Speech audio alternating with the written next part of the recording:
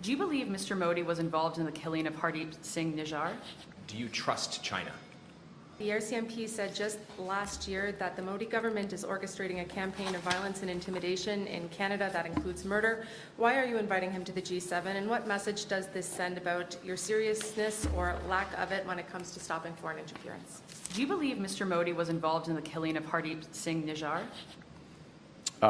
Well, first off, there is a legal process that is literally underway and quite advanced in Canada, and it's never appropriate to make comments in any respect with respect to those legal processes.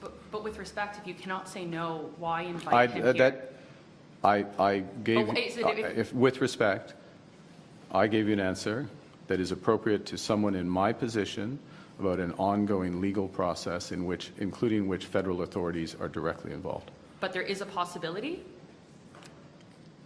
I will give you the same answer to any legal process, and anyone who holds this office, past and future, will give the same answer to any ongoing legal process, because otherwise the individual in this office will interfere. What is your message then to Canadians who are a bit disturbed or wondering why Mr. Modi is being invited to Canada when there is this legal process that has not cleared him and his governments of involvement in the death of a Canadian on Canadian soil? My message is that we're a country of the rule of law. The rule of law is proceeding as it should in Canada, and I am not going to disrupt that process. And on India, the RCMP said just last year that the Modi government is orchestrating a campaign of violence and intimidation in Canada that includes murder.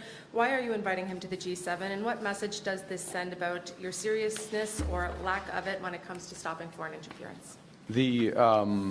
So let's put the two aspects in context.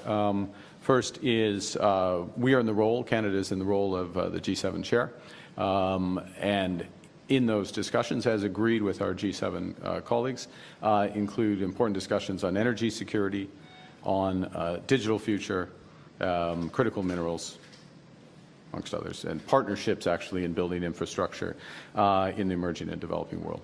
There are certain countries that should be at the table for those discussions, and in my capacity as G7 chair, in consultation with others, some others, make those determinations.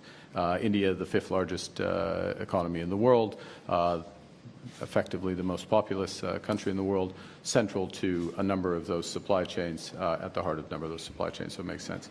And in addition, bilaterally, we have now agreed, importantly, to continued law enforcement dialogue. So there's been some progress on that. It recognizes issues of accountability. I extended the invitation to Prime Minister Modi in that context, and he has accepted. Do you trust China? We have, this is the start of a process of recalibrating the relationship with China. It's very important that we reopen dialogue with Chinese authorities for several reasons, but I'll focus on a few. They are our second largest trading partner, the second largest trading partner for Canada. We have a number of trade disputes with China. Farmers across this country, fishers across this country are being affected by Chinese tariffs. People across this country have been affected by fentanyl and its precursors.